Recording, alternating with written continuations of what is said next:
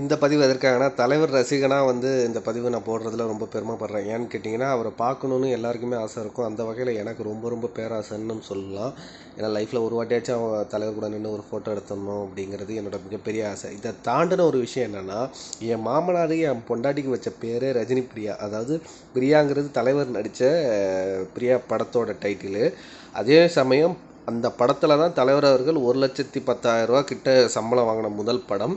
அதனால் பிரியாங்கிற பெயரையும் தலைவரோட அன்பின் காரணமாக அவரோட தலைவரோட பெயர் ரஜினியும் சேர்த்து ரஜினி பிரியான்னு என் பொண்டாட்டிக்கு வந்து பேர் வச்சுருந்தாங்க. ஸோ அதுலேயே என் மாமனாரை ரொம்ப பிடிச்சி போச்சு. அதில் இன்னொன்று என்னென்னா, என் பொண்டாட்டி பேரை கண்டோன்னே எல்லாருக்குமே இல்லை, எல்லாருமே மோஸ்ட்லி வந்து டிஃப்ரெண்ட்டாக பார்ப்பாங்க.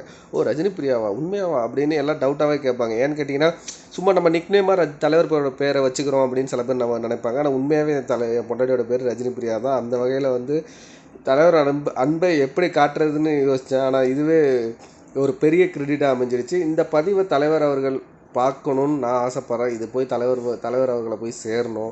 அவர் கூட எப்படியாச்சும் லைஃப்பில் ஒரு டைமாச்சும் ஒரு ஃபோட்டோ எடுத்துடணும், நானும் என் ஒய்ஃபுங்கிறது தான் என்னோட மிகப்பெரிய ஆசை.